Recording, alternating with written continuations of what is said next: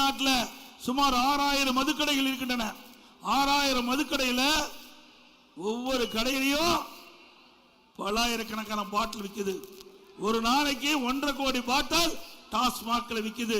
நம்ம ஆள் யாரும் டாஸ்மாக் போகாதீங்க தயவு செய்து. 1.5 கோடி பாட்டில் டாஸ்மாக்ல விற்குது. ஒரு பாட்டிலுக்கு 10 ரூபா விலை அதிகமா வாங்கிட்டு இருக்கிறாங்க. இதை அங்க இருக்கிற டாஸ்மாக் இருக்கின்ற அந்த விற்பனையாளரை கேட்டா மேலிடத்துக்கு போகுதுன்னு சொல்றார். பேட்டியே கொடுத்தார். பேட்டியிலே வெளியே வந்திருக்குது. ஆக இதுக்கு யார் மந்திரின்னு தெரியுமில்ல உங்களுக்கு?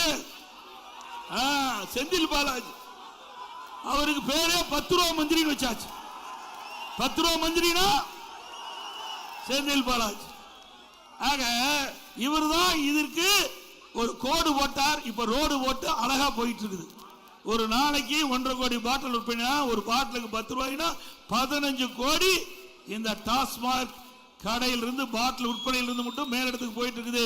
மாசத்துக்கு 450 கோடி, வருஷத்துக்கு 5400 கோடி, 4 வருஷத்துக்கு 22,000 கோடி இந்த டாஸ்மாக் கடையில் பாட்டிலுக்கு 10 ரூபா அதிகம் வாங்கினதுல மேலிடத்துக்கு போனது 22,000 கோடி.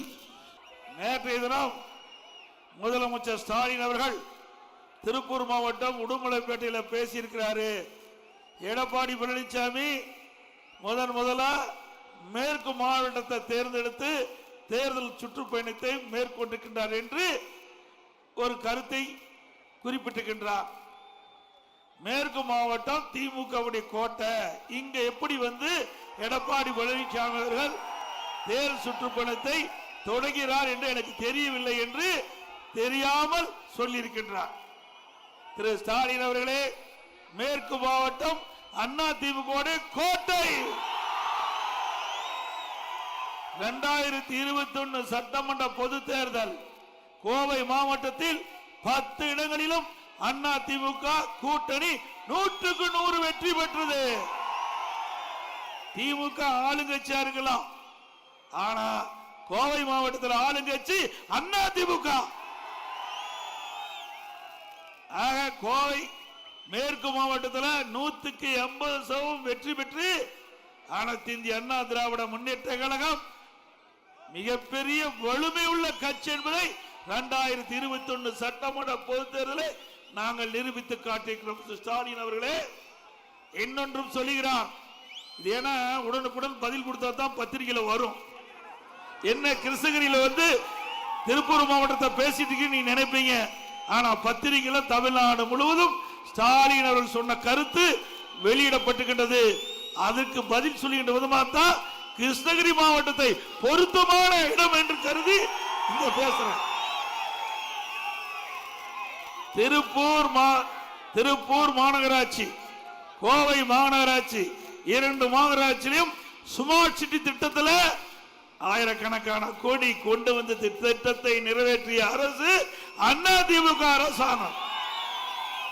திருப்பூர்ல பிரம்மாண்டமான அரசு மருத்துவக் கல்லூரி மருத்துவமனை கொடுத்திருக்கிறோம். திரு ஸ்டாலின் அவர்களே, உடுமலைப்பேட்டையில கால்நடை மருத்துவமனை ஆராய்ச்சி நிலையத்தை கொடுத்திருக்கின்றோம். கால்நடை மருத்துவக் கல்லூரி ஆராய்ச்சி நிலையத்தை உடுமலைப்பேட்டையில கொடுத்திருக்கிறோம். அதே போல திருப்பூர்ல அம்மா இருக்கின்ற பொழுது 3வது குடிநீர் திட்டம், அம்மாவுடைய அரசு நான் முதலமைச்சர் இருந்த காலத்தில் 4வது கூட்டு குடிநீர் திட்டம், இதையெல்லாம் மக்களுக்காக கொண்டு வந்த திட்டம். பாலங்கள் நிறைய அந்த திருப்பூர் மாவட்டத்தில் கட்டி கொடுத்திருக்கின்றோம். சிறப்பான சாலைகளை அமைத்து கொடுத்திருக்கின்றோம்.